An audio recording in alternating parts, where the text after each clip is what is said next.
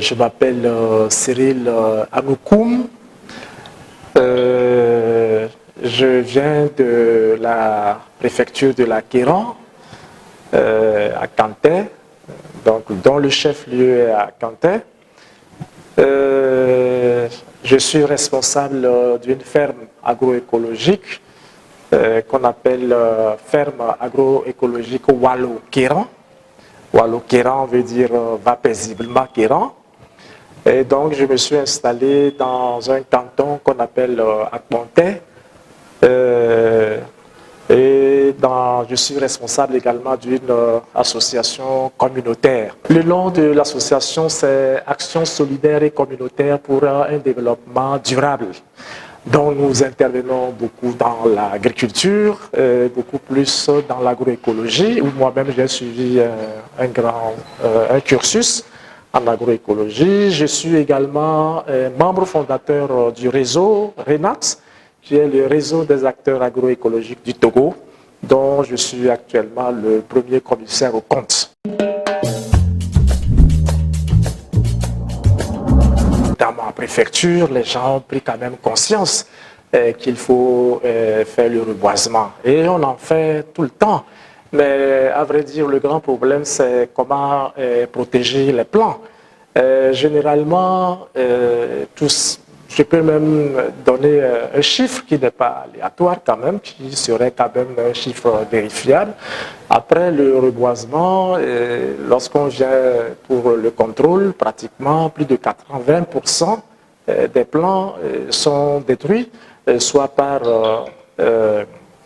l'effet de brousse anarchique, causé parfois par la population elle-même, parce que vous savez, dans vos communautés, il y a des périodes de chasse, bien entendu réglementées par l'État, le ministère de l'Environnement, et d'ailleurs même, je crois que les forestiers font de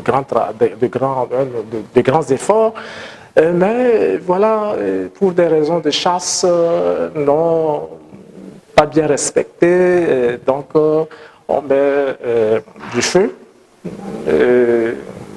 Bon, il y a aussi les peuls nomades. Hein. C'est vrai que l'État togolais a fait d'énormes efforts en construisant des couloirs de transhumance. Et même, malheureusement, c'est des gens qui, sur leur passage, créent beaucoup d'incendies et qui n'est pas maîtrisé. Et souvent, ça crée beaucoup de problèmes. C'est vrai qu'ils ne respectent pas ce couloir. J'espère que, je ne sais pas si on a déjà construit Oui, il y a eu des forages. En plus, je crois que les services vétérinaires également est mis en place pour pouvoir bien les cadrer, pour bien suivre les couloirs, mais généralement, ce n'est pas respecté. Et ça crée beaucoup de dégâts. Même avant les temps prévus normalement pour les feux de brousse, ou bien comme ça se fait généralement dans nos communautés. Avant, donc, vous allez voir qu'il y a des champs qui sont entièrement brûlés et ça crée de la violence entre ces populations et les populations autochtones.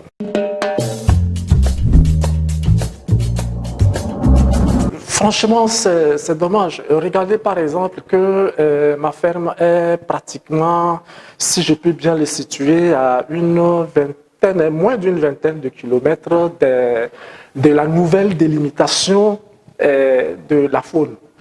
Et je vous informe que chez moi, dans la préfecture de la Kéran, nous avons la plus grande faune du Togo. Oui. Et ça, vraiment, c'est une fierté pour nous. Et nous avons beaucoup de choses, hein, notamment, vous êtes sans savoir que chez moi, c'est le grenier du karité. Il y a beaucoup de karité, il y a beaucoup d'arbres vraiment qui font la protection vraiment de l'écosystème, qui créent un écosystème dynamique et formidable.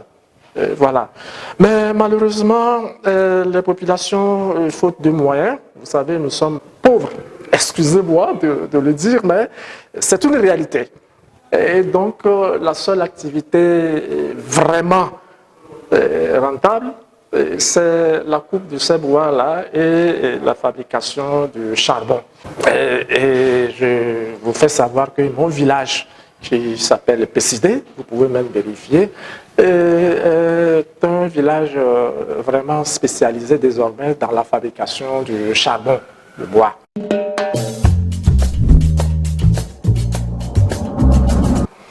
Bon, c'est dommage. Je crois que c'est vrai qu'en même temps, qu'en faisant des sensibilisations, des discussions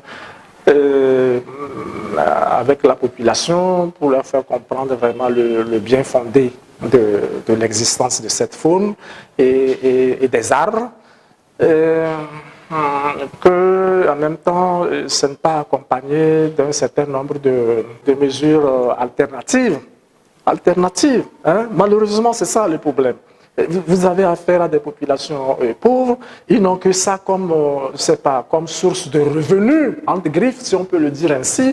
Et voilà, il faut qu'on trouve des alternatives.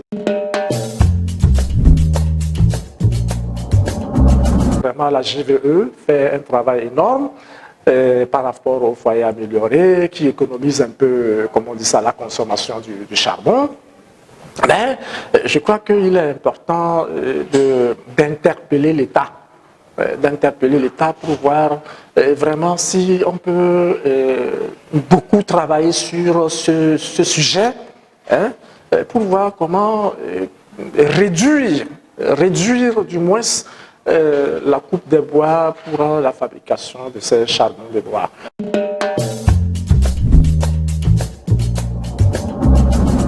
Oui, je crois savoir que même dans nos universités, ici j'ai appris que nous avons des chercheurs qui ont essayé à leur niveau d'étudier certains types de foyers améliorés, beaucoup plus améliorés, avec des systèmes conjugués, je ne sais pas trop, avec même du gaz.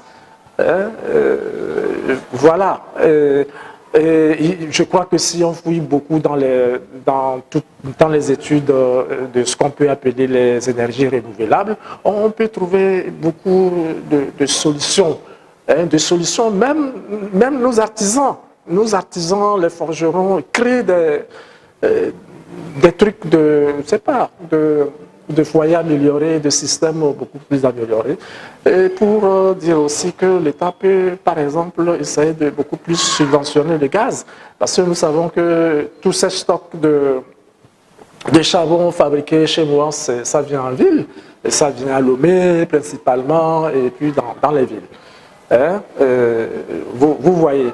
Bon, si on peut aider à beaucoup subventionner, par exemple, le gaz en ville, ça va réduire beaucoup cette histoire de consommation de bois de charbon. Je cite beaucoup l'exemple de la GVE qui fait beaucoup d'efforts dans tout ce qu'on appelle les énergies renouvelables.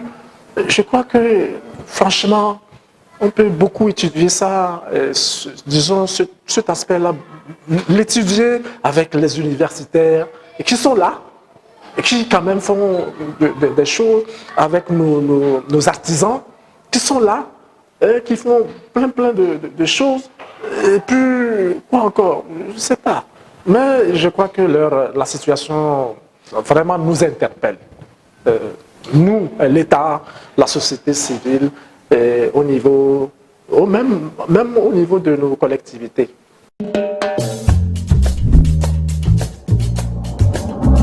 Bon, d'abord, en tant qu'acteur de la société civile, je suis toujours sur le terrain et nous menons toujours des sensibilisations, des discussions, faire comprendre vraiment à nos communautés que franchement, nous ne devons pas attendre vraiment nécessairement des autres avant de commencer nous-mêmes à faire quelque chose. Donc, nous devons comprendre ça et nous menons toujours cette sensibilisation.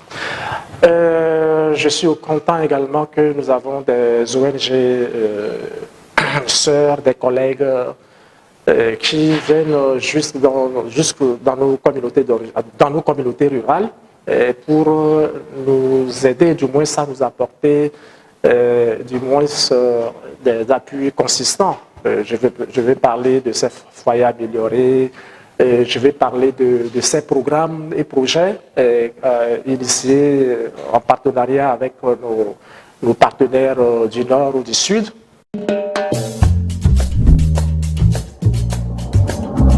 Bon, c'est vrai que l'État essaie de faire beaucoup d'efforts à travers le ministère de l'Environnement et même de l'Agriculture. Vous voyez par exemple comment nos paysans utilisent à outrance ces pesticides chimiques, franchement, même vont dans la faune, que même mon qualité, c'est-à-dire le qualité de ma zone, de ma préfecture, n'est plus bio. Même, on va même jusqu'à ces lieux. Bon, nous invitons vraiment les services des eaux et forêts à beaucoup plus faire leur travail. Nous reconnaissons déjà le travail énorme qu'ils font. Nous demandons également au ministère de l'Environnement de beaucoup plus approcher encore de nous dans le domaine de la sensibilisation, et que sais-je encore, et mettre les moyens aussi, même si c'est le peu qu'il a, de le mettre à notre disposition et beaucoup collaborer également. Nous allons collaborer. Nous, en tant qu'acteurs de la société civile, nous allons beaucoup collaborer avec le ministère de l'Environnement et les autres pour voir vraiment comment trouver des solutions idoines.